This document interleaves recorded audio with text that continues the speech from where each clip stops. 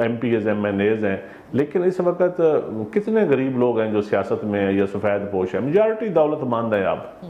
تو میجارٹی دولت مندوں کو کیا ضرورت ہے آپ کو اتنی مراد دینے کی؟ میں سمجھتا ہوں کہ آپ اس وقت، کیونکہ ملک مشکل حالات میں، جب ملک کے حالات بہتر ہو جائیں، جب آپ بجلی سستی کرنے کے قابل ہو جائیں، جب آپ کیپیسٹی چارجز سے آپ کی جان چھوٹ جائے،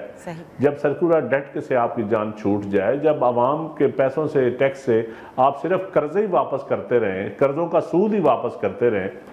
تو آپ بجائے گورننس میں بہتری کرانے کے، نئے پروجیکٹ بہتر کرنے کے، ایجوکیشن کا بجٹ آپ کم کر رہے ہیں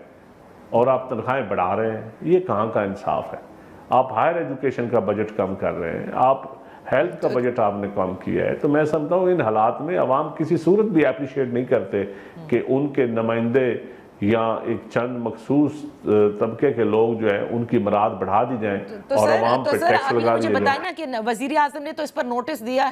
ہے، لیکن کیا پاکستان پیپلز پارٹی کے چیئرمین بلاول بھٹو زرداری صاحب بھی اس پر نوٹس لیں گے؟ ظاہر ہے کیونکہ چیئرمین سینٹ اور ڈیپٹی چیئرمین سینٹ۔ میں آپ کو بتا رہا ہوں کہ بلاول صاحب نے بھی اس چیز پہ ناپسندیدگی کا اظہار کیا ہے، اور اس وقت کیونکہ وہ ایک فارن وزٹ پہ ہیں اور پاکستان کی نمائندگی کر رہے ہیں، تو سارا ان کا دھیان جو ہے وہ اس وقت انڈیا کے ساتھ جو ہمارا ایشو ہے اس کے اوپر ہے، تو میں سمجھتا ہوں انشاءاللہ 20 تاریخ تک وہ واپس آئیں گے تو چیزیں کلیئر ہو جائیں گی، آپ کے سامنے نظر آ جائے گی سب چیز۔ صحیح۔ پوسٹ بجٹ پریس کانفرنس جو مراد علی شاہ صاحب نے یہاں پر کی، انہوں نے کہا کہ جو ان کی شرائط ہیں، جب تک پاکستان پیپلز پارٹی کی وہ 3 شرائط جو ہیں وہ نہیں مانی جاتی، جب تک چیئرمین پیپلز پارٹی نے کہا ہے کہ پاکستان پیپلز پارٹی ووٹ نہیں کرے گی اس بجٹ پر۔ میں یہ جاننا چاہتی ہوں کہ اس حوالے سے حکومت سے رابطے ہو گئے ہیں، اور کیا اس میں صرف سولر پینلز کی GST، تنخواہ جو دار طبقہ ہے اسپیشلی سرکاری ملازمین اور پینشن بڑھانے کی بات ہو رہی ہے، اور سکھر اور حیدرآباد موٹر وے کی، یا کوئی اور بھی معاملات ہیں جو پہلے سے آپ لوگوں کے تحفظات ویسے بھی چل رہے تھے اس حکومت کے ساتھ؟ دیکھیں جی، ملک کی تمام ٹریڈ یونین، تمام جو لیبر کے طبقے ہیں، جو مزدور کی ڈیفینیشن میں آتے ہیں، انہوں نے پاکستان پیپلز پارٹی کے ساتھ رابطہ کیا، اور پیپلز پارٹی کی لیبر بیرو نے پھر پریس کانفرنس بھی کی اور قیادت تک بات بھی پہنچائی، اور قیادت تک ہماری ابھی پارلیمانی پارٹی میں ڈسکشن ہوگی تو اس میں انشاءاللہ CC میں بھی ہوگی، اور بلاول صاحب واپس آتے ہیں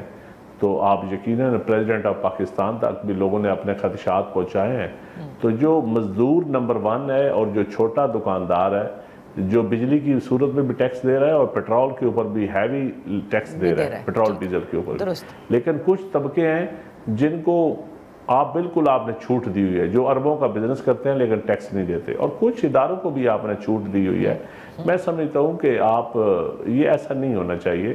اس ملک میں برابری کی بنیاد پہ بزنس کرنے کا بھی موقع ملنا چاہیے، اور اس ملک میں ٹیکس بھی سب کے اوپر ایک جیسا ہونا چاہیے، اور ہم پیپلز پارٹی اس پہ ضرور آپس میں ہماری ڈسکشن بھی ہو رہی ہے، اور بجٹ میں ووٹنگ کے عمل سے پہلے مزید ہم اپنی جو سفارشات ہیں وہ حکومت تک پہنچائیں گے، اور حکومت کے ساتھ ہم رابطے میں بھی ہیں تو انشاءاللہ ضرور پہنچائیں گے، اور ہمیں امید ہے کہ ہمارا اس ملک کا جو بیک بون ہے، ایگریکلچر سیکٹر جو ہے، اور پھر تنخواہ دار طبقہ، پھر مزدور طبقہ، working class, middle class, lower middle class, اس کے لیے ضرور حکومت کوئی ایسے اقدامات کرے گی جس سے اس طبقے کے اوپر بوجھ نہ پڑے۔ ندیم افضل چند صاحب، دیکھیں آپ نے ایک بڑی اہم بات کہی، ایک تو فیئر ٹیکس کا نظام انتہائی ضروری ہے اس ملک میں نافذ ہونا، انفارچونیٹلی اب تک تو ہمیں نظر نہیں آتا، لیکن یہ جو چند اداروں کو چھوٹ دی گئی ہے، اس کے پیچھے کیا ریشنل ہے؟ دیکھیں جی، ابھی تو حکومت اپنا پوائنٹ آف ویو دے گی، اور میں سمجھتا ہوں کہ یہ حکومت کو دینا چاہیے۔ یہ شفا ہاسپٹل کا ہم نے دیکھا ہے، اور اس طرح بہت سارے اداروں کا دیکھا ہے، عوام میں بڑی سخت اس پہ تشویش پائی جاتی ہے کہ بعض اداروں کو، ٹھیک ہے جو ادارے ریاست کے لیے کچھ کام کر رہے ہیں ان کو آپ جو ریاستی کام کر رہے ہیں یا کوئی ڈیفنس کے پوائنٹ آف ویو سے جو کام کر رہے ہیں ان پہ تو وہ لاجک ہے، لیکن جو ایک مارکیٹ میں بزنس میں عام بزنس مین کے ساتھ جن اداروں کا کمپٹیشن آپ نے کروانا ہے، تو پھر آپ ایک پرائیویٹ بزنس مین کو یا کسی چیز کو آپ ٹیکس لگائیں، اور جو سرکار کے بل بوتے پہ کچھ اداروں کو آپ چھوٹ دے دیں، تو یہ انصاف نہیں ہے، نہ یہ عدل کی بنیاد پہ مبنی یہ چیز ہے۔ تو میں سمجھتا ہوں ایسی پالیسیوں سے آپ کی اکانومی کو کوئی فائدہ نہیں ہونے والا۔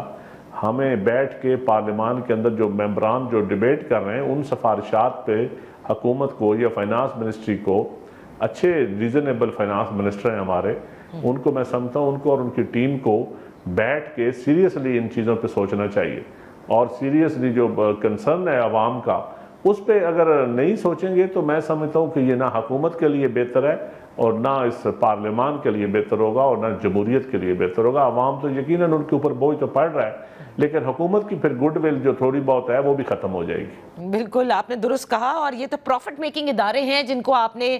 بالکل کھلی چھوٹ دے دی ہے اور عوام سے ہی پیسے لیتے ہیں اور دے آر میکنگ پروفٹس۔ اب آتے ہیں ندیم افضل چند صاحب کہ آپ نے کہا کہ تحفظات کو ظاہر مل بیٹھ کر دور کیا جائے گا اور حکومت پوری کوشش کرے گی۔ دانیال چودھری صاحب ہمارے ساتھ تھے، وہ کہتے ہیں کہ کچھ ہم ان کو بتائیں گے کیونکہ فسکل سپیس بھی ہماری بڑی کم ہے اور وفاق کو ڈیٹ سروسنگ بھی کرنی پڑتی ہے اور منا لیں گے وہ آپ کو۔ اب یہ دیکھنا ہے کہ آپ لوگ مان جائیں گے ان کے کہنے سے، کسی اور کے کہنے سے؟ یوزلی مان جاتے ہیں سب۔